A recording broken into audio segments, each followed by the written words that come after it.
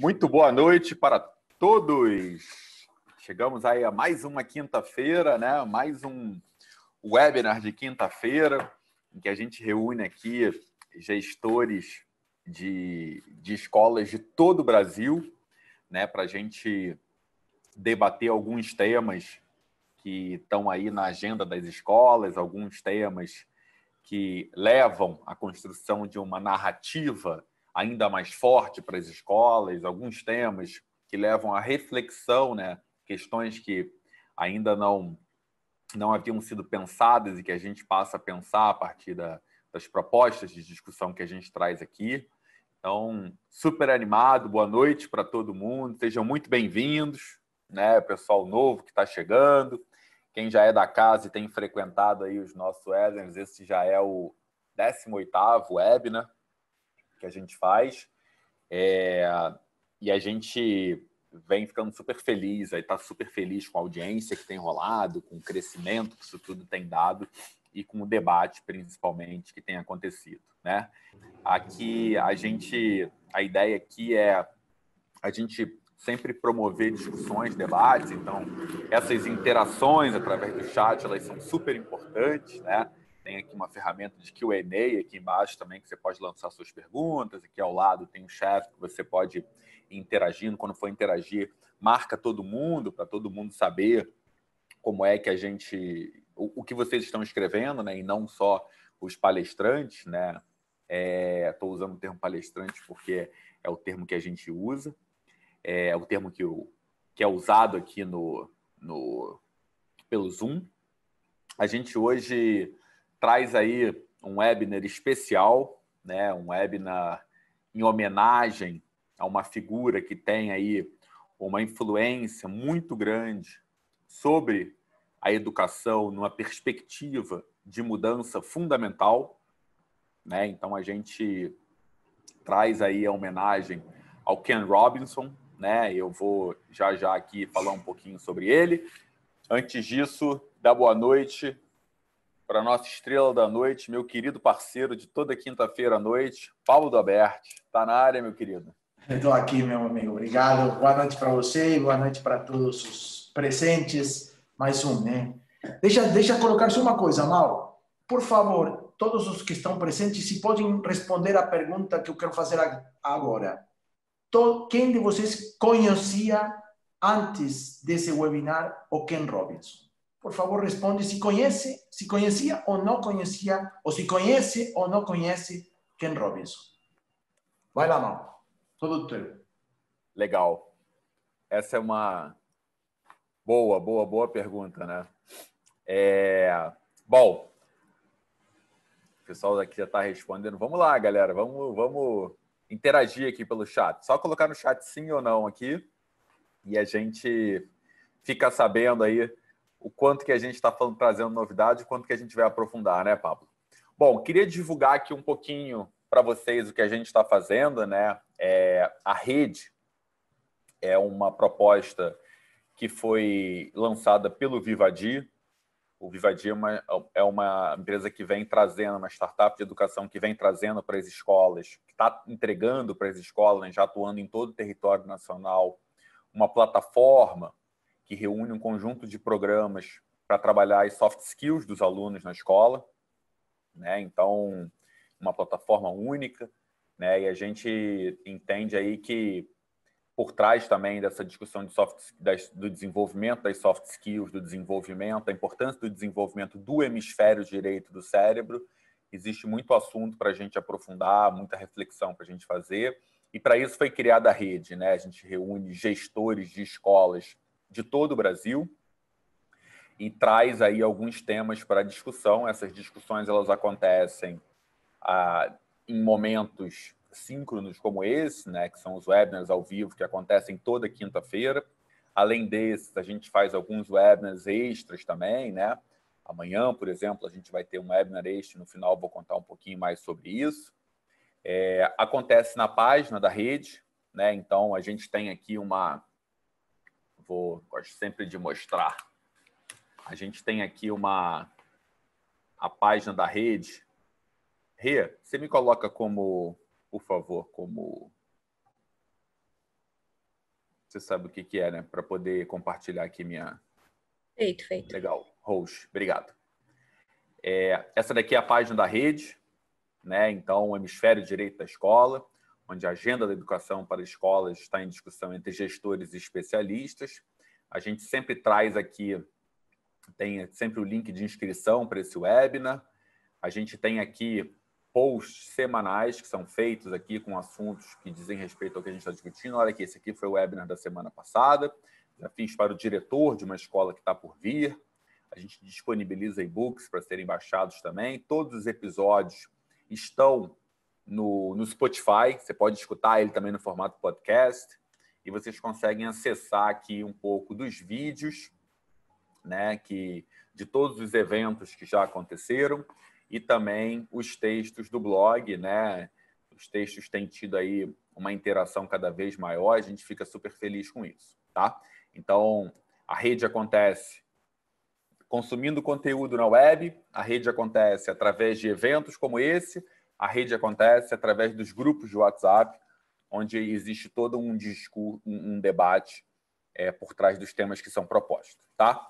Hoje, então, a gente tem aí uma discussão especial em homenagem a Ken Robinson, tá?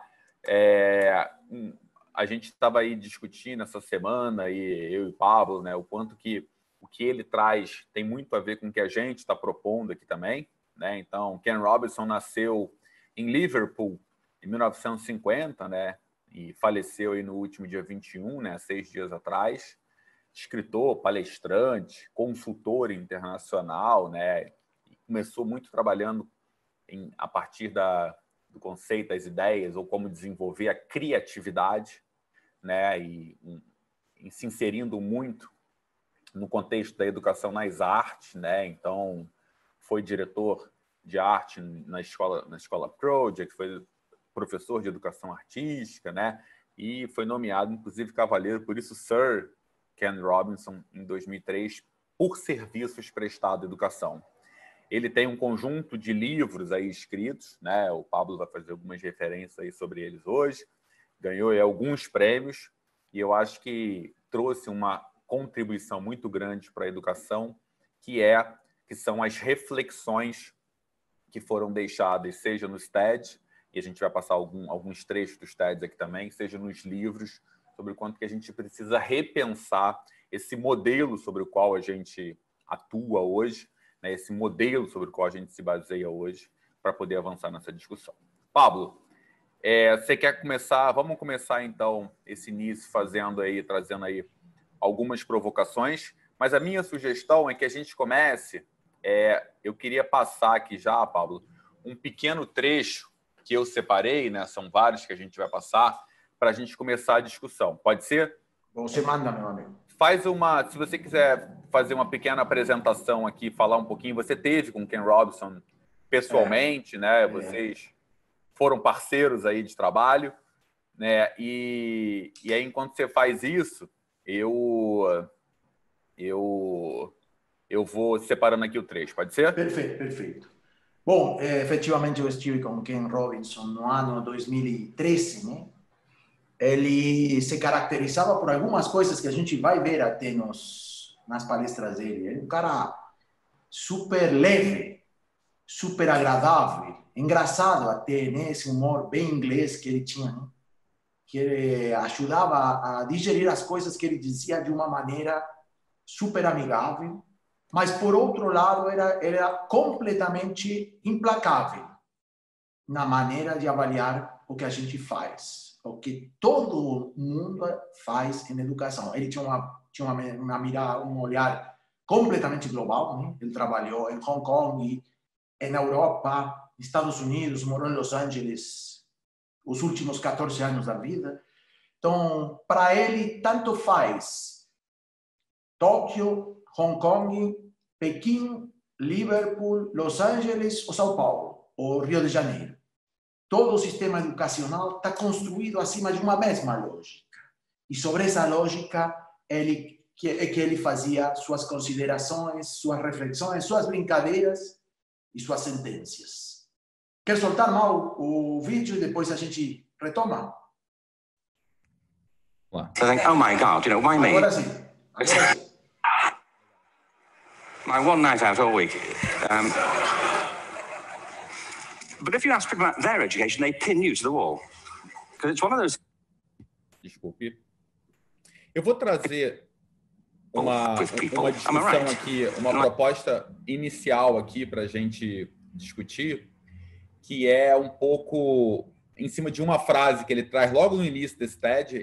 Eu vou passar um trecho aqui super curtinho para a gente refletir sobre um determinado ponto aqui em específico. Tá? Aliás, sobre 2 pontos em específico. Like religion and money and other things. So I have a big interest in education. I think we all do. We have a huge vested interest in it, partly because it's education that's meant to take us into this future that we can't grasp. If you think of it, children starting school this year will be retiring in 2065. Nobody has a clue, despite all the expertise that's been on parade for the past 4 days, what the world will look like in 5 years' time. And yet we're meant to be educating them for it. So the unpredictability, I think, is extraordinary. And the third part of this is that we've all agreed, nonetheless, on the really extraordinary capacities that children have, their capacities for innovation. I mean, Serena last night was a marvel, wasn't she? Just seeing what she could do. And she's exceptional, but I think she's not, so to speak, exceptional in the whole of childhood. What you have there is a person of extraordinary dedication who found a talent. And my contention is all kids have tremendous talents and we squander them pretty ruthlessly. So I want to talk about education and I want to talk about creativity. My contention is that creativity now is as important in education as literacy. And we should treat it with the same status. Bom, aqui tem 2 questões, eu acho, interessantes para a gente começar aqui a reflexão, Pablo, que eu queria trazer, né? A primeira é sobre a questão da imprevisibilidade, né? Assim, ele traz aí em toda a discussão dele uma questão que essas crianças vão estar aqui quando nós não estivermos e a gente não sabe exatamente o que vai estar acontecendo quando elas estiverem adultas, quando nós não estivermos, né? E a grande verdade é que hoje que nós estamos, existem muitos profissionais faltando em diversas áreas, justamente porque há 30, 40 anos atrás as escolas não pensavam em que profissionais estavam formando, né? E hoje existe essa carência. Então essa é uma primeira questão, a imprevisibilidade. A segunda questão é quando ele traz que a criatividade é tão importante quanto a alfabetização. Então, eu queria trazer esses 2 pontos iniciais para reflexão e, a partir daí, você vem com as suas provocações em cima deles e a gente volta daqui a pouco com um novo trecho para discutir, tá bem? Beleza. Obrigado. Do pessoal que respondeu, né? A maior parte aqui... Sim, eu vi. Não conhecia, né? Então, acho que vai ser uma discussão interessante aí. Beleza. Bom, vamos lá.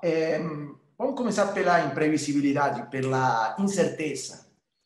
E vamos conectar essa colocação de Ken Robinson com outra colocação super emblemática do mundo da educação, que é quando as Nações Unidas desenvolveu aquele grande texto dos 4 pilares da educação, acho que foi o ano 2004. Nações Unidas contratou a um filósofo francês que chama Edgar Morin para fazer um livro de introdução. E esse livro fala também da incerteza, da complexidade e imprevisibilidade. Então, 2 grandes ícones de referência, Edgar Morin e Ken Robinson, nos dizem uma coisa que a essa altura do campeonato parece óbvia. A gente não sabe o que virá.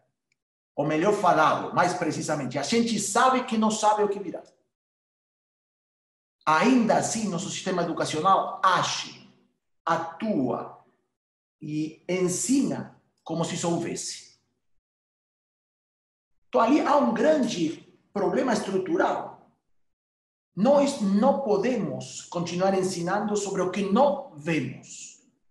Pelo contrário, temos que ensinar as crianças a ver, porque serão eles o que conseguirão ver o que a gente não vê. Isso muda muito a estrutura, porque no mundo escolar, no mundo inteiro, e Ken Robinson nos diz, reina a certeza, cara. Pero, mais ainda, e ele fala muito do erro, né? Da equivocação. Quem não sente certeza é expulso do mundo educacional. Cadê o professor que duvida? É massacrado, né? Porque a dúvida, a incerteza, a pergunta tem pouco status no mundo educacional.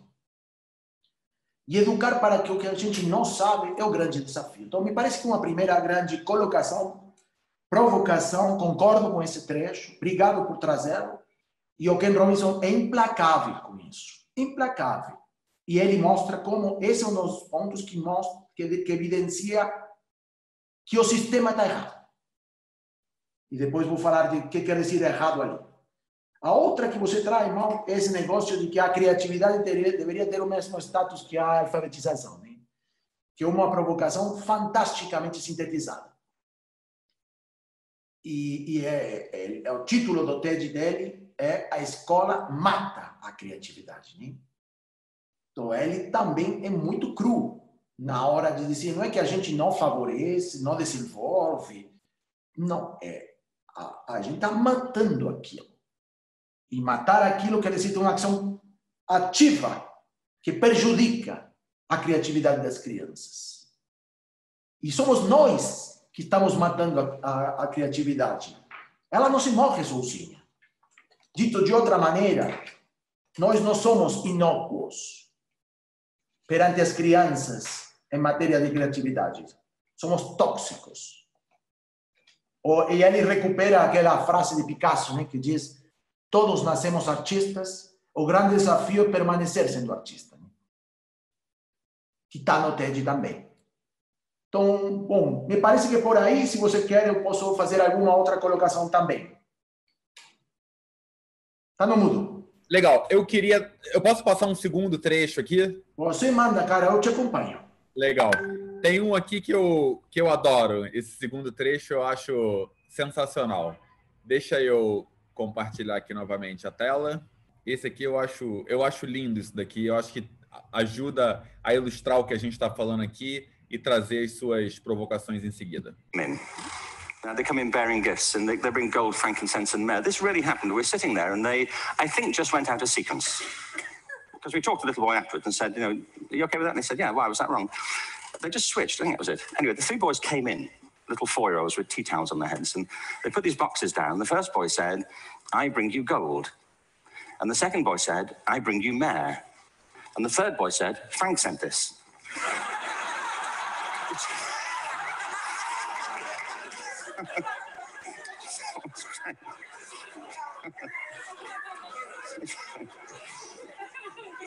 What these things have in common is that kids will take a chance. If they don't know, they'll have a go. Am I right? They're not frightened of being wrong. Now, I don't mean to say that being wrong is the same thing as being creative. What we do know is, if you're not prepared to be wrong, you'll never come up with anything original. If you're not prepared to be wrong. And by the time they get to be adults, most kids have lost that capacity. They have become frightened of being wrong. And we run our companies this, by the way. We stigmatize mistakes.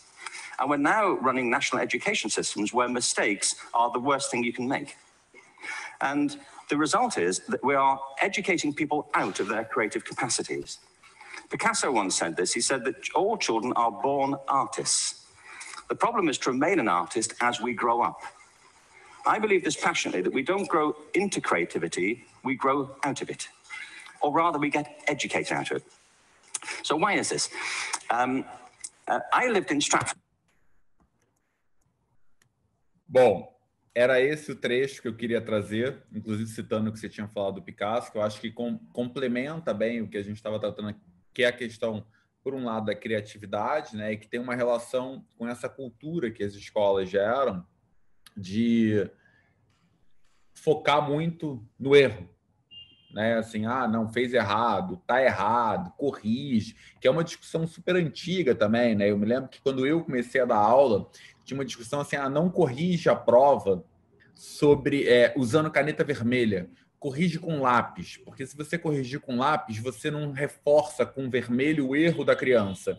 E, na verdade, eu acho que o erro não estava na cor da caneta ou do lápis que eu estava usando. O erro estava em ter um teste, né, em que você testa a criança para verificar o quanto que ela erra ou acerta, né? Então, eu acho que essa discussão também em torno do modelo de avaliação, né, o quanto que ele limita a capacidade de criação de uma criança, né, ele é super interessante. Eu tenho um amigo que dá aula na PUC, aqui do Rio de Janeiro, e ele, quando o trabalho final de curso dele é uma apresentação, né? Ele pede para que apresentem um determinado projeto e o critério é: me emocione. Se você conseguir me emocionar, você terá uma nota maior. Se você não conseguir me emocionar, você terá uma nota menor. E aí são conceitos, né? A, B, C, D, enfim, você dá o conceito em cima disso. Então, ele foge completamente. Então, acho que passa também essa discussão por um modelo de avaliação, né? Depois eu vou trazer um outro trecho do Ken Robson, que ele fala um pouquinho sobre isso também. Eu acho que é legal a gente aprofundar essa discussão aí, se você topar. Legal, Mauro. Obrigado. Antes de aprofundar aí, deixa eu fazer alguma introdução e retomar essa pergunta que eu fiz, né? Legal. Eu quero contar duas coisas para toda a audiência. Por um lado, sabe, pôr em contexto esse trecho que a gente escutou e viu agora. Esse vídeo que foi gravado no ano 2006, é um TED do ano 2006. Era um dos primeiros TEDs, o TED mesmo estava buscando seu próprio formato, né? Ao dia de hoje tem 66 milhões de vistas. Foi traduzido em 62 línguas. E eu quero dizer aí, eu quero tirar três conclusões aí. Primeiro, essa denúncia não é de ontem, né? Tem um cara visto por 66 milhões de pessoas que diz que o que a gente está fazendo não funciona. E vou exagerar agora. E boa parte de nós não conhece o cara. Como a gente não conhece um cara que fala para 66 milhões de pessoas do que a gente faz e a gente não conhece? É curioso, não é? Então me leva à pergunta, quem são os caras que veem Ken Robinson, se não somos nós? E a pergunta, e a resposta é clara. São nossos alunos, são nossos pais, é a sociedade.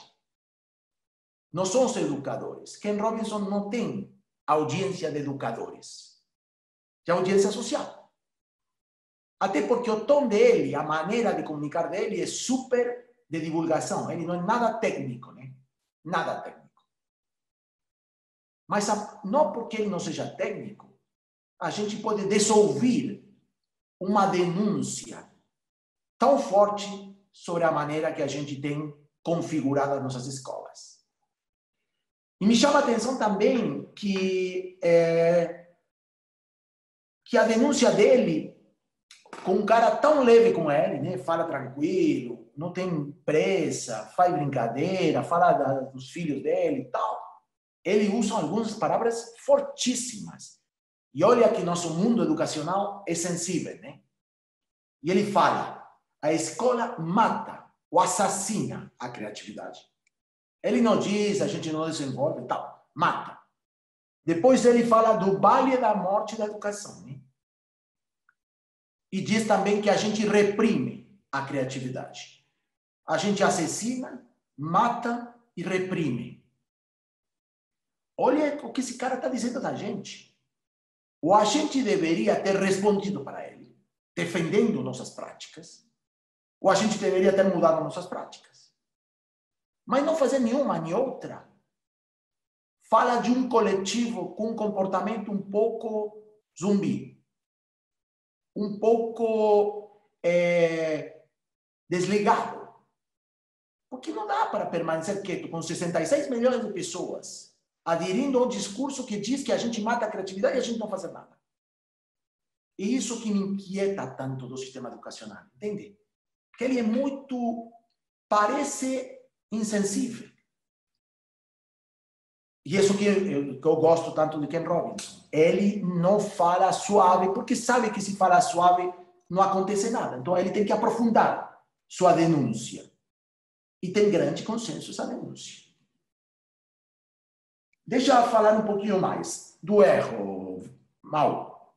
Ele chega a dizer uma frase que me parece boa para começar, que é: a gente estigmatiza o erro. Né? Quer dizer, a gente não dá espaço para alguém sobreviver ao erro. Não tem espaço ao aluno e não tem, claro, espaço também ao professor. A cultura escolar está muito ligada ao acerto e nada ligada ao erro. E ele diz: o erro não é condição suficiente para criar, mas é condição necessária para criar. Porque se não há tentativa, não há criatividade. E a tentativa tem inerente a possibilidade de você errar. Digo isso também porque isso conecta de novo com o Vivadi. E me interessa fazer essa conexão, porque a gente está desenvolvendo para o ano 2022 um programa que chama Cultura do Erro. Porque a gente percebeu que se a gente consegue entrar com algumas práticas, alguns rituais e algumas costumes escolares, onde a gente levante o valor do erro, parabenize quase a possibilidade de que arrisca para errar, a gente vai criar novas condições de possibilidade de criar. Tudo isso me interessa muito. E saibam todos que a gente já está trabalhando acima disso. Mal, posso seguir ou posso ficar por aqui? Você me diz. Não, eu queria aprofundar mais um pouco essa discussão, né? Trazendo aí um trecho, inclusive uma fala aí que eu separei, que ele diz assim: os sistemas educacionais, de um jeito, funcionam de um jeito em que errar é a pior coisa que pode acontecer. O resultado disso é que estamos educando as pessoas para serem menos criativas. Tá? E depois ele complementa falando: não existe um sistema educacional no planeta que ensina dança diariamente às crianças da mesma forma que ensina matemática. Isso. Por quê? Então, assim, a primeira fala é para fechar o que você está falando e a segunda é para a gente abrir aí um novo bloco, né? Por que e eu vou trazer um trecho ao final dessa discussão que mostra um pouco isso, as escolas não têm na sua grade aula de dança todos os dias, e principalmente porque que dentro das artes existe uma hierarquia dentro da escola em que certas artes parece que ficam num segundo plano e outras num primeiro plano, e as que ficam no primeiro plano, quando tem espaço na grade, por vezes é um espaço de um tempo por semana. E quando chega no vestibular, né, e eu tenho grande experiência em escola trabalhando no vestibular, sequer um aluno para fazer vestibular tem na sua grade, não tem nem esporte. Artes, então, menos ainda. Será que tirar essa oportunidade, não só de descobrir novas habilidades nas crianças, como também de oferecer um ensino de arte que abra uma forma de pensar diferente, a gente não está afetando de maneira contundente o aprendizado do cognitivo? Né? Eu acho que Total. essa é uma grande questão. Total. Ele traz aquele paradigma, né, que a mim me parece que está muito bem colocado, que ele diz, na verdade, o princípio da escola é desenvolver professores universitários. Né? Ele diz, a gente criou um modelo cujo objetivo pareceria desenvolver professores universitários. Porque tudo o que a gente faz alimenta o paradigma de um professor universitário. E aí entra num processo que tem a ver com a tela que a gente colocou no início, né? Que ele diz, rapidamente, a escola foca no aluno da cintura para cima. E muito depois disso, rapidamente também, foca na cabeça do aluno e acaba focando de um lado da cabeça, né? Que é o que a gente chama do hemisfério esquerdo. Ele percebe esse zoom que faz a escola para acabar conversando só com a dimensão cognitiva do aluno, como se fosse isso o que vai preparar isso para a vida. E ele diz, isso prepara para a vida universitária, mas não prepara para outras formas de vida. E outras formas de vida precisam de outros desenvolvimentos. E aí entra o jogo da dança com a matemática. Ele não é contra a matemática, não. Ele é simplesmente a favor também da dança. E a favor também de uma série de coisas que o que a gente chama hemisfério direito, que desenvolvem o aluno como um todo. E aí vem outro negócio que a gente também está trabalhando e que eu acho mal, que cada vez é mais importante a gente dedicar um webinar, que é o conceito de corpo, né? Corpo em movimento, que é o que a gente está trabalhando no Vivadi, que seria bom discutir aqui em alguma das próximas quinta-feiras, porque o Ken Robinson faz muita questão de cadê o corpo, né? E cadê o trabalho do corpo, e cadê o desenvolvimento de corpo, e tudo aquilo que completa uma pessoa e que não reduz a essa pessoa simplesmente a seu cérebro cognitivo. Então, me parece que, de novo, aparece aquela coisa e conecta o professor universitário com aquela longa tradição. Ele diz claramente, a escola como a gente conhece agora, é filha de dois movimentos culturais mundiais. Por um lado, da Revolução Industrial, né? E, por outro lado, da Ilustração, do cientificismo. E ainda permanecemos naqueles dois ideais, onde as pessoas são preparadas para um trabalho seriado e automático, e onde o conhecimento é o grande valor social, cultural e de desenvolvimento das pessoas. Mas não percebemos que isso mudou, que os trabalhos cada dia são mais desindustrializados, menos padronizados. E que, por outro lado, aquela ideia de que só conhecimento prepara a gente para a vida também acabou. E a escola não acordou, não percebeu e reconectou com aquilo. E esse é um terrível risco de a gente desligar completamente da dinâmica social e perder o fio. E destruir, em termos de prestígio social, a instituição escolar como âncora social e como referente social. Eu sinto que estamos na fronteira, onde a escola ou reage, ou de aqui para frente só vai perder prestígio. E tem todo a ver com o que ele está dizendo. Com entender que o contexto em que a gente trabalha é outro e precisa de uma reconfiguração completa da maneira de desenhar uma escola. E deixa aí colocar uma coisa mais mal que me parece que conecta com isso. Ele é muito duro e crítico com essa ideia de que a gente trabalha para reparar o sistema educacional, para ajustar os erros que ele tem para que funcione melhor. Ele diz, e aí está elevar os estándares do sistema educacional, coisa que se fala muito no Brasil. E ele fala, antes de elevar os estándares, a gente deveria se perguntar que estándares. Porque pode ser, e eu acho que o que está acontecendo, que o problema não seja o nível do estándar, o problema seja o estándar. Será que isso que agora funciona bem é importante? Ou o que temos que mudar é o que perseguimos como objetivo?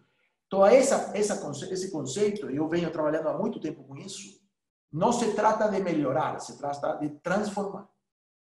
Se trata de reconfigurar as bases de trabalho e não de melhorar as práticas atuais. Por mais que a gente melhore a escola que temos, essa escola não dará conta dos tempos que correm. Legal, boa reflexão. Eu queria convidar, na verdade, todo mundo que está assistindo a gente aqui, bastante gente hoje, né? Eu sempre falo isso toda semana, mas é porque realmente eu fico feliz de ver toda semana um número cada vez maior de pessoas e Brasil inteiro, né? Não tinha... Hoje o pessoal não se apresentou tanto, então acabei não sabendo aí se temos representante hoje do Acre, de Rondônia, Roraima, né? Do Rio Grande do Sul, do Paraná, né? Paraná tem aqui, né? A Márcia Thiago de Sá. Enfim, eu gosto de saber de onde é que a galera que está aqui. Alguns eu reconheci, outros não. Bom, e aí eu queria convidar vocês que estão ouvindo a gente, ouvindo essa discussão, para interagirem aqui através tem Belo Horizonte, Aracaju, agora começou a correr, eu gosto disso. eu queria convidar vocês a se manifestarem aqui no chat, né? Falando um pouquinho se faz sentido o que eu estou falando, o que a gente está falando aqui, se as escolas de vocês elas estão fazendo esse tipo de reflexão, se nas escolas de vocês o que a gente está criticando é uma realidade, se há progresso no sentido contrário, né? Então, assim, queria convidar vocês a interagirem. A gente vai trazer também, daqui a pouco, 2 das pessoas que estão ouvindo aqui a gente para trazer um pouco de depoimento, seu depoimento, e a gente poder criar aqui uma interação. E quem quiser participar também, é só se comunicar aqui que vai ser um prazer ouvir vocês aqui, tá bem? Bom, eu vou passar um próximo trecho aqui, Pablo, que tem a ver com essa discussão que a gente acabou de ter aqui sobre o que a gente... essa questão da dança, né?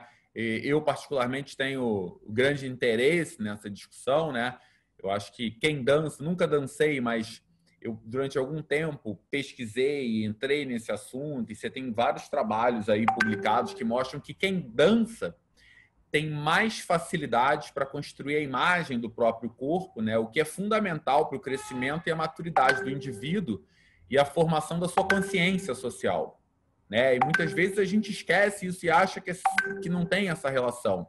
A gente, quando começou a trazer a discussão acerca da importância do desenvolvimento do hemisfério direito do cérebro, investir no desenvolvimento do hemisfério direito, a gente sempre trouxe que isso, por um lado, é uma oportunidade, por outro lado, uma oportunidade para a escola, por outro lado, uma necessidade, né, da gente começar a pensar nisso, e, por último, né, por um terceiro lado, o quanto que o desenvolvimento desse hemisfério direito ele ajuda no aumento da capacidade do hemisfério esquerdo, né? E o Ken Robson fala um pouco sobre isso, né? Ele critica no início a gente até colocou um protetor, uma imagem aqui em que ele fala que a gente olha só por um lado do cérebro, né? A gente se preocupa só com um lado do cérebro, né? Que é uma das grandes críticas dele, o que a gente vem trazendo. E aí eu vou trazer aqui um depoimento que já mistura com um outro assunto aqui para a gente aprofundar e que eu tenho certeza que é realidade de muitas das escolas que estão aqui ouvindo a gente. Deixa eu soltar aqui. Dá o share. Play. We need to radically rethink our view of intelligence. We know 3 things about intelligence. 1, it's diverse. We think about the world in all the ways that we experience it. We think visually, we think in sound, we think kinesthetically, we think in abstract terms, we think in movement. Secondly, intelligence is dynamic. If you look at the interactions of a human brain, as we heard yesterday from a number of presentations, intelligence is wonderfully interactive. The brain isn't divided into compartments. In fact, creativity, which I define as the process of having original ideas that have value, more often than not, comes about through the interaction of different disciplinary ways of seeing things. The brain is intentionally, by the way, there's a shaft of nerves that joins the 2 halves of the brain called the corpus callosum. It's thicker in women. Following on from Helen yesterday, I think this is probably why women are better at multitasking. Because you are, aren't you? There's a raft of research, but I know it from my personal life. If my wife is cooking a meal at home, which is not often, thankfully, but, you know, if she's doing... she's good at something. But if she's cooking, you know, she is dealing with people on the phone, she's talking to the kids, she's painting the ceiling, you know, she's doing open heart surgery over here. If I'm cooking, the door is shut, the kids are out, the phone's on the hook. If she comes in, I get annoyed. I say, Terry, please, I'm trying to fry an egg in here. You know, really.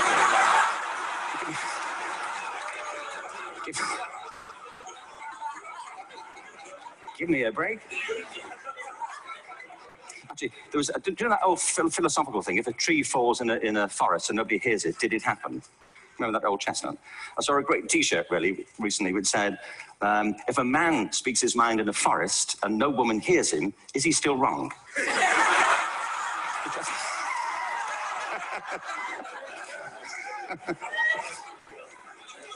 And the third thing about intelligence is it's distinct.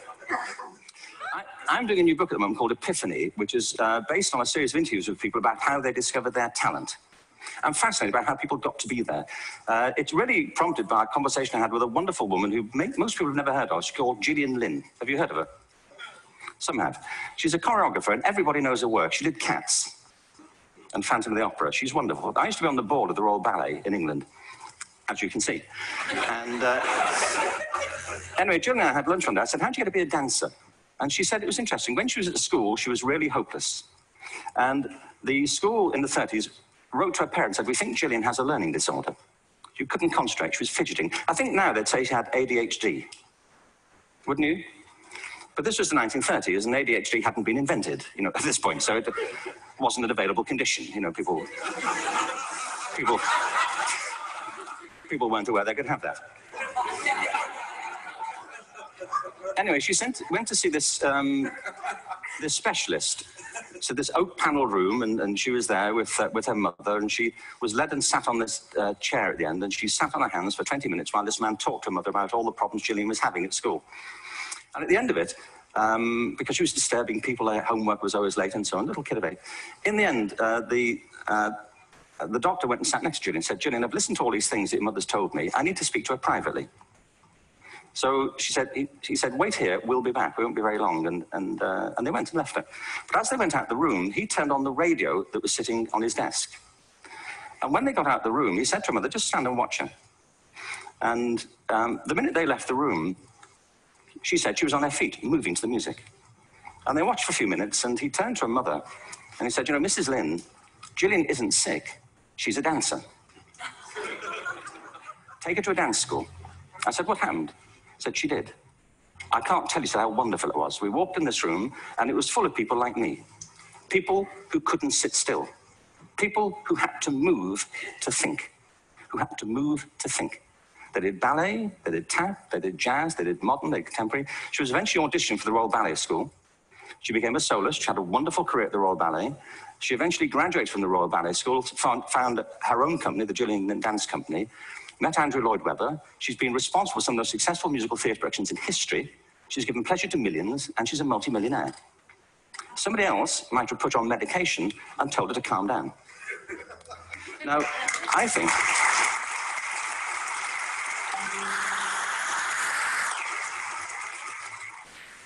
Bom, eu acho bonito esse depoimento aí, Pablo, porque ele traz duas coisas, né?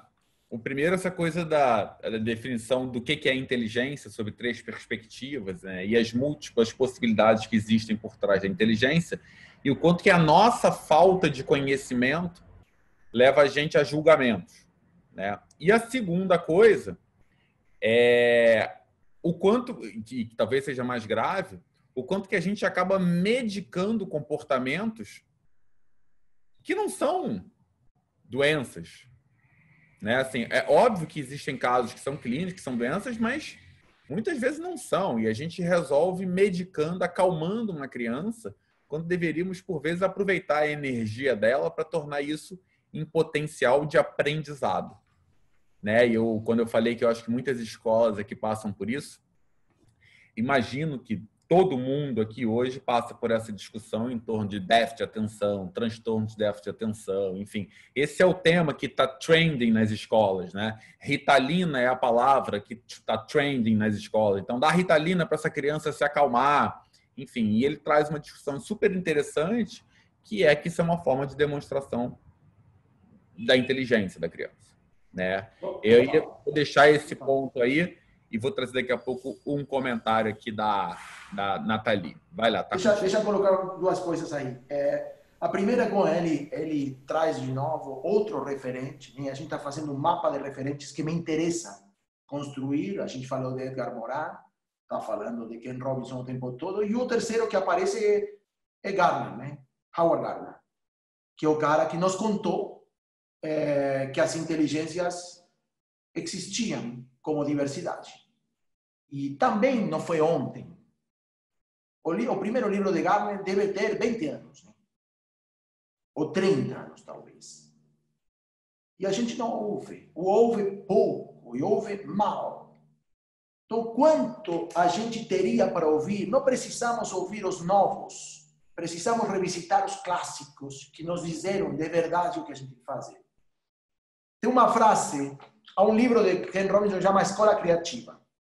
E ele diz sobre o que agora falou, o seguinte: a verdadeira alternativa ao conceito de adaptação dos alunos ao padrão da escola não é tolerar o desordem, é simplesmente assumir a diversidade.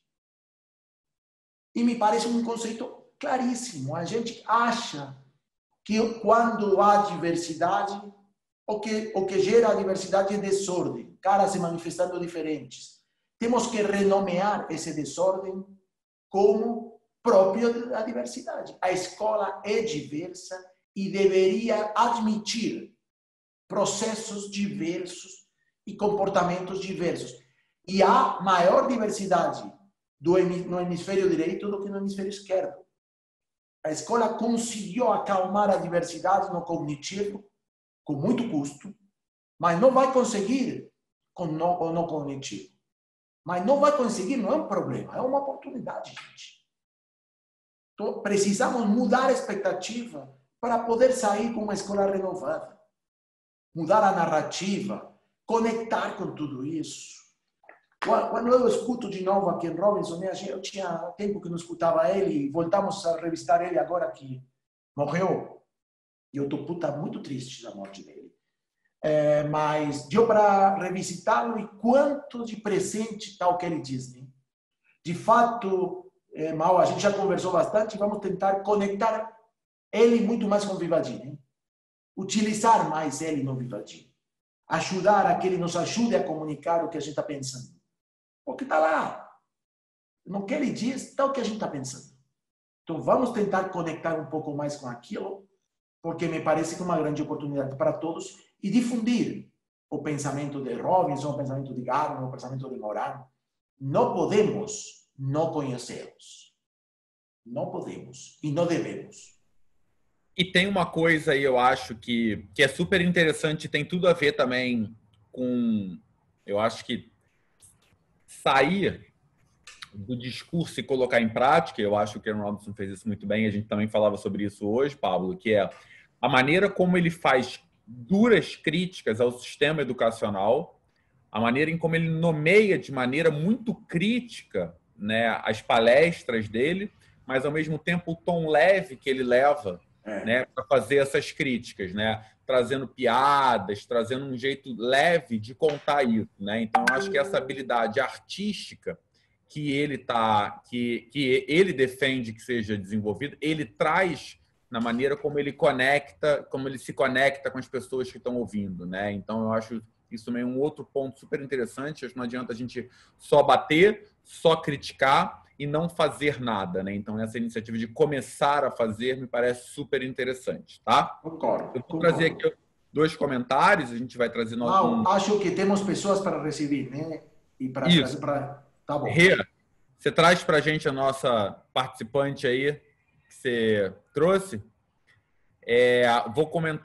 Vou ler aqui um comentário da Nathalie Gouveia, sensacional. Como eu não conheci o Ken Robinson, ele é tão atual. Sou professora alfabetizadora de uma escola particular e a minha angústia é justamente por compreender que a arte ressignifica e transvê o mundo atual, pandemia e aula online, trazendo muita leveza. Por isso, minhas propostas passeiam pela arte. Porém, os pais não veem da mesma forma, pensam que utilizando o livro didático e tendo aulas conteudistas, as crianças estarão aprendendo mais. Ou quando elas vão ler, vão escrever. Como lidar com isso? Porque eu preciso da arte para me expressar, sentir e ver o mundo. Imagina as crianças. Eu acho que isso tem muito a ver com a questão da narrativa, da construção da narrativa da escola, né, Pablo? Eu vou deixar para você responder. Sim. Nathalie, a gente... Quer colocar outra coisa? Só completar com a da Márcia, na verdade, precisamos desconstruir o que achamos sobre como a criança aprende. Trabalho na educação infantil e os acham que as crianças só brincam e que deveriam ficar sentados nas carteiras presas sobre o papel e o lápis. Então, vá lá, tá contigo. Legal. Nathalie e Márcia, porque de alguma maneira os comentários conectam, né? Não sei quanto vocês estão acompanhando a gente, mas a gente vem batendo fortemente na tecla de que se a gente continua refém do paradigma dos pais, estamos ferrados. Mas, por outro lado, olha que curioso, Nathalie. São os pais do mundo inteiro que ouvem Ken Robinson. E a gente não sabe. Quer dizer, o mesmo pai que ouve Ken Robinson e curte Ken Robinson, 66 milhões de pessoas, chega na escola e diz que quer o menino na cadeira enfileirado aos 5 anos. Mas, assim como ele é contraditório, ele é frágil. O que quer dizer que é frágil? Não é difícil, se a escola estrutura melhor sua narrativa, se impor, liderar a expectativa do pai. O problema é que, assim como a escola foi se reduzindo das pernas para a cintura, da cintura para a cabeça e da cabeça para o lado esquerdo, também foi se reduzindo em que sua voz é cada vez mais suave, mais leve, mais conciliadora, com menos princípios, mais sedutora no final das contas. E quando você é cada vez menos sedutor, é cada vez menos persuasivo. E quando você não persuade, o outro cara cresce. Então, tudo o que Ken Robinson nos diz, e que o que a gente tenta fazer com Vivagy, é nos fortalecer nas novas convicções. E a gente vai ter que sair em frente, enfrentar os pais. E dizer, eu sei o que estou fazendo. Eu garanto que o que estou fazendo tem resultados, mas eu acredito no que estou fazendo. E você vai ver, eu tenho muita experiência de falar com pais, desde o lugar da escola. E eles mudam, vou dizer uma coisa dura, mais fácil do que os professores. Porque, de novo, lá fora das nossas escolas, as pessoas estão esperando da gente outra coisa. Senão esse cara não teria 66 milhões de vistas. Ele representa uma força social clara, evidente, consistente, que a escola não está ouvindo, ou dito de outra maneira, a gente não está sabendo conectar. É uma puta de desafio construir uma narrativa nova, acima de convicções, e mostrar que a gente acredita no que faz e depois virão resultados disso que fazemos. Senão, continuaremos reféns e cada vez mais fragilizados. Legal. Pablo, temos aí uma participante, né? Uma das pessoas que estão participando com a gente gente trouxe aí. Miriam, boa noite, Miriam. Você está escutando a gente? A gente não está te vendo, mas você está escutando a gente? Boa noite. Agora Claro. Oi, Miriam. Tudo bem? Seja muito bem-vinda, Miriam. Conta pra gente um pouquinho de onde você é, qual escola, qual é seu papel lá na escola e compartilha com a gente suas impressões sobre a reflexão que a gente traz aqui hoje e pode até fazer pergunta. Claro. Bom, eu sou a Miriam, de Brasília, sou diretora da rede de ensino, a Rede de Ensino Certo. E, assim, uma satisfação muito grande, né, participar desse debate aqui e ser convidada aqui para dar um depoimento, né, sobre esse... Para mim, ele é um grande educador, tá? Eu já intitulei, assim, um verdadeiro mestre, né, o Ken Robinson. E eu quero contribuir, inclusive, com uma pergunta dele, porque eu acho que essa pergunta ela vem assim trazendo já há algum tempo, né? Acho que algumas escolas têm entrado aí esse ano na rede Vivagy e vem compartilhando dessas reflexões, né? E Pablo vem o tempo todo ressaltando, porque assim o grande objetivo, eu acho, da escola é fazer com que o aluno aprenda. Eu costumo dizer isso para minha equipe, né? Convidei vários educadores, eu não sei se eles estão assistindo, mas enfim. Se a escola não cumpre o seu papel de fazer com que o aluno aprenda, de dar essa contribuição, de promover, de provocar essa aprendizagem, a escola está falhando no seu papel principal. E o Ken, né, ele faz uma pergunta que ele diz assim, a verdadeira pergunta é que tipo de escola ajuda as crianças a aprender melhor?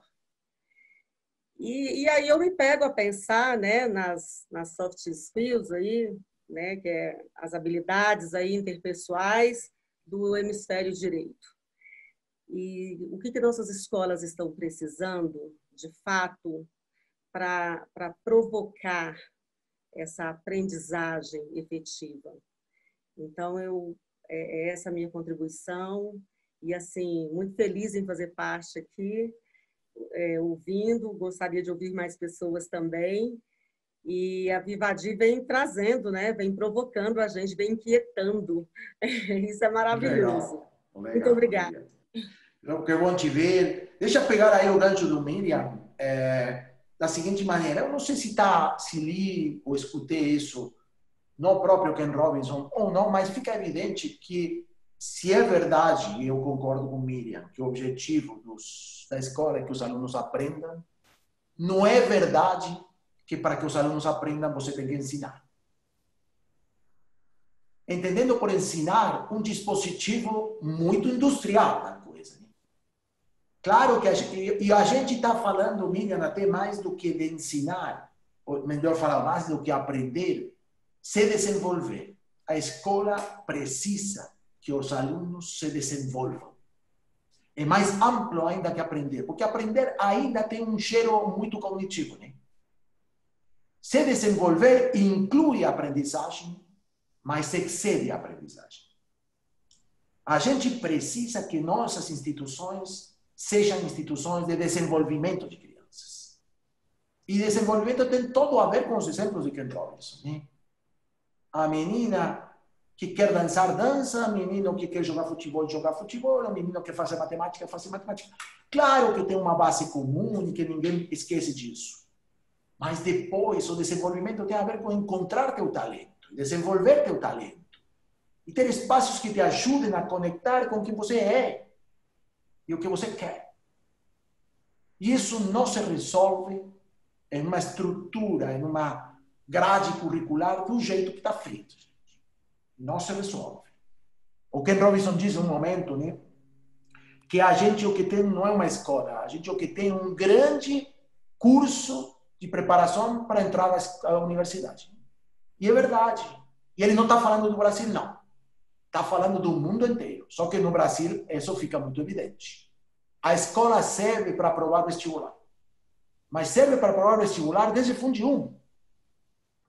O que é uma absoluta loucura. E aí é onde começam os problemas. Em paralelo, né, Pablo? Ele ainda fala que toda a estrutura da escola ela é montada a partir do que vem da universidade.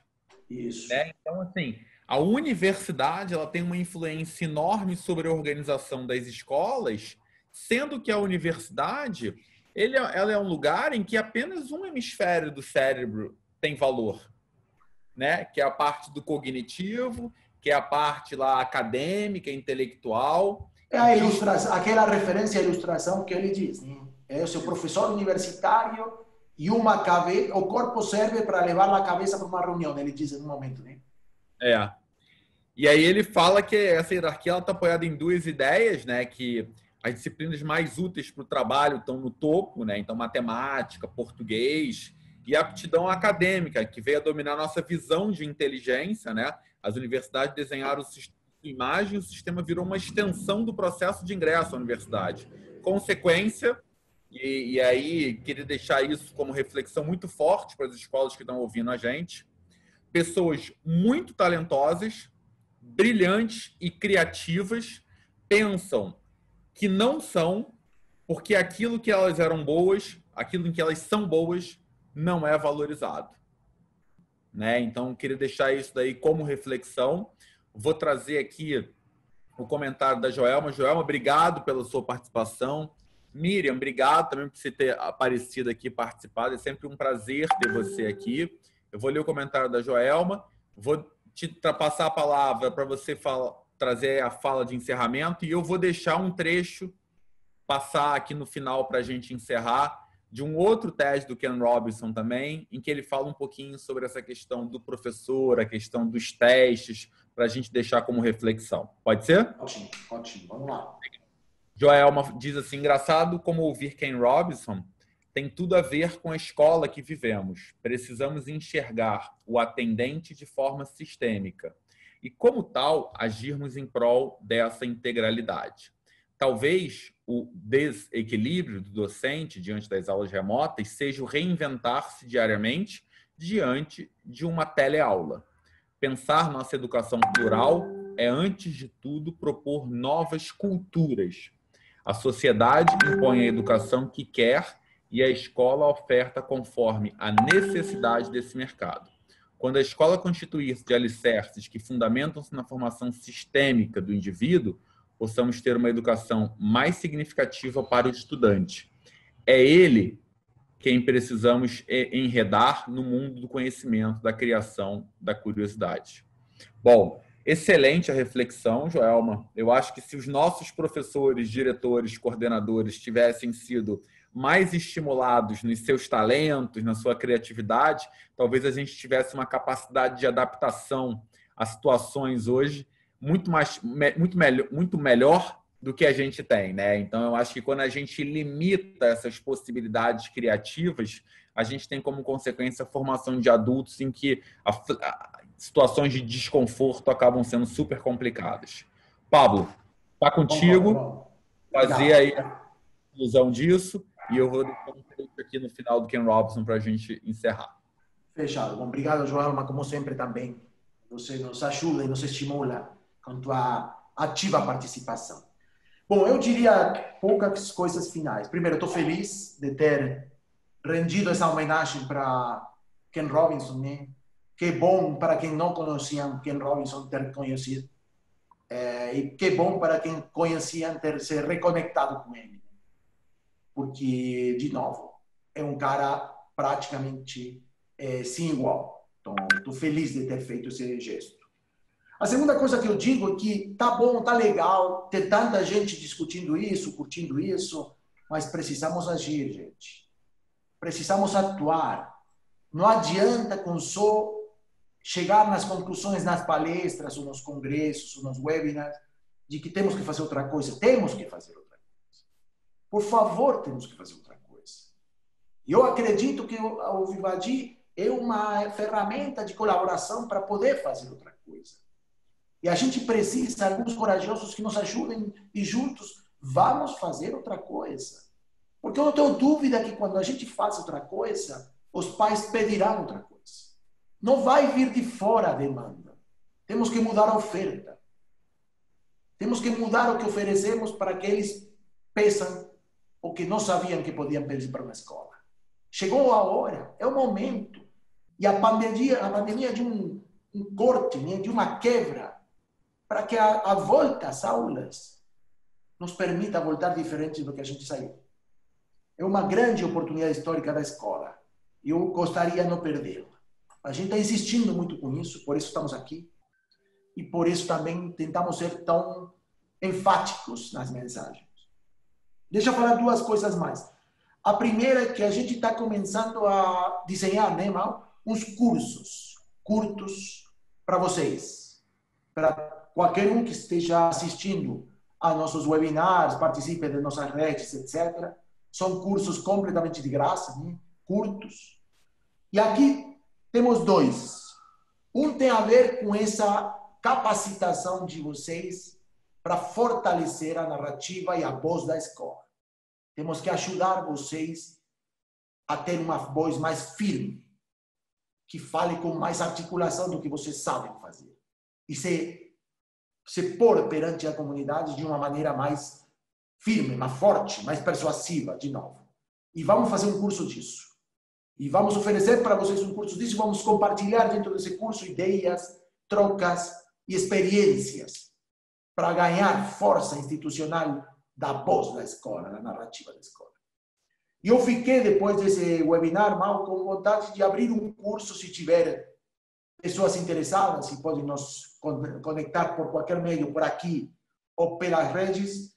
Eu gostaria de começar a estudar com um pouco de profundidade a obra de Ken Robinson, a obra de Edgar Morin e a obra de Howard Gardner.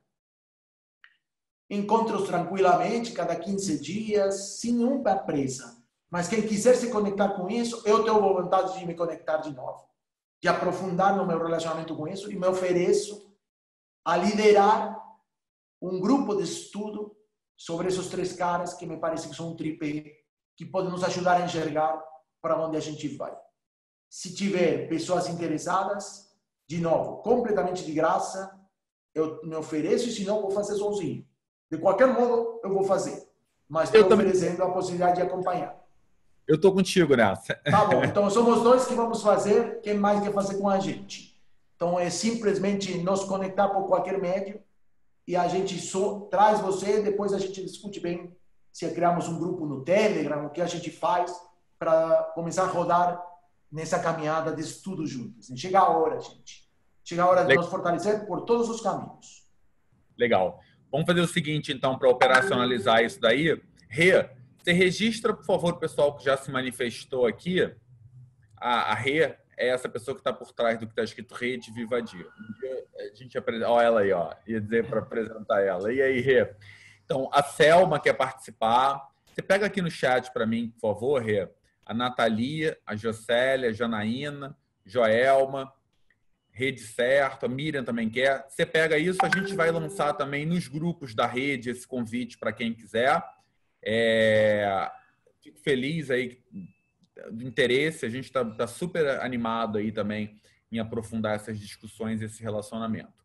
Bom, eu queria agradecer então a presença de todos vocês, espero que tenha sido produtivo para vocês, tenha sido inspirador para vocês, como foi para a gente. Fiquei feliz com o feedback que você mandou, Juscelia, de Aracaju, né? Estou extremamente feliz com tudo que eu vi hoje aqui, me senti acolhida, contemplada, validada e certa que escolhi o caminho certo. Gratidão. Eu fico super feliz de ouvir isso. A gente vem fazendo um movimento muito forte para mudar a realidade da educação aqui no Brasil. A gente tem muita convicção no que a gente está fazendo. A gente está trazendo algo que em outros lugares do mundo já acontece, que aqui ainda não tem, e incorporar o que a gente está falando aqui, a narrativa da escola, né? E a gente quer entregar também esse curso para ensinar os gestores das escolas a construírem essa narrativa, enriquecerem ela com a oportunidade que o desenvolvimento do hemisfério direito tem. Isso para a gente é um grande desafio e a gente está super feliz com o engajamento e com o retorno que todo mundo tem dado nesse sentido, né? O Vivadia, quem quiser conhecer melhor, entre em contato com a gente, né? vivadia.com.br, no contato@vivadia.com.br, que a gente vai ter o maior prazer em trazer quem tiver aí interesse para assistir mais sobre a apresentação de produto que a gente desenvolve. Bom, muito obrigado a todo mundo. Eu vou colocar aqui o trecho final, que para mim é um dos melhores deles, tá?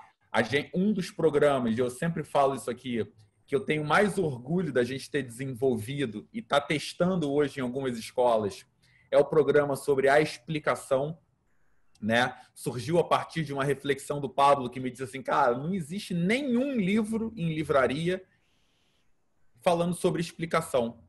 Ao mesmo tempo, o professor, ele talvez seja um dos pontos hoje mais importantes na estrutura atual que a escola tem. E se a escola não consegue ter grana ou se não há disponível no mercado professores sensacionais, o que a escola faz? Então, quando a gente desenhou um curso sobre a explicação, é justamente para poder tornar o professor o cara que independente de quem ele seja, o cara que possibilita o aprendizado do aluno. E essa fala final do Ken Robson é muito sobre isso, né? No final das contas, educação é sobre aprender. E aprender tem aí 90% de componente sobre explicar. E será que a gente sabe o que é explicar? Isso fez com que a gente desenhasse um programa especificamente para as escolas trabalharem junto com seus professores e alunos, criando camadas cada vez maiores de qualidade de explicação nas escolas. Então, eu fico super feliz com esse programa, o Pablo sabe que eu adoro, e eu vou encerrar aqui deixando a reflexão do Ken Robson sobre essa temática, para a gente depois aprofundar ela. Tá? Vamos lá, boa noite para todo mundo, se cuidem, saúde, e muito obrigado pela presença de todos. Pablo, obrigado mais uma vez aí. Obrigado, meu querido amigo. Obrigado a todos pela presença e obrigado a todos os que mostraram interesse em ir para o curso. Vamos fazer, e qualquer um que não entrou agora e que entrar depois, a gente vai contando por aqui ou pelas redes como o negócio vai evoluindo, tá bom? Vai lá, Legal. manda bala com Ken Robinson, então obrigado. A gente passou mais, ficou empolgado demais, né? Vamos lá, gente. Obrigado. Vamos nessa. No system in the world or any school in the country that's better than its teachers. Teachers are the lifeblood of the success of schools. But teaching is a creative profession. Teaching properly conceived is not a delivery system. You know, you're not there just to pass on received information. Great teachers do that. But what great teachers also do is mentor, stimulate, provoke, engage. You see, in the end, education is about learning. If there's no learning going on, there's no education going on. And people can spend an awful lot of time discussing education without ever discussing learning. The whole point of education is to get people to learn. A friend of mine, old friend, actually very old, he's dead. That's as old as he gets, I'm afraid. So, but a wonderful guy, he was a wonderful philosopher. He used to talk about the difference between the task and achievement senses of verbs. You know, you can be engaged in the activity of something, but not really be achieving it. It's like dieting. It's a very good example. You know, there he is, he's dieting. Is he losing any weight? Not really. Teaching is a word like that. You can say, there's Deborah, she's in room 34, she's teaching. But if nobody's learning anything, she may be engaged in the task of teaching, but not actually fulfilling it. The role of a teacher is to facilitate learning. That's it. And part of the problem is, I think, that the culture of, the dominant culture of education has come to focus on not teaching and learning, but testing. Now, testing is important. Standardized tests have a place. But they should not be the dominant culture of education. They should be diagnostic. They should help. Bom, é isso.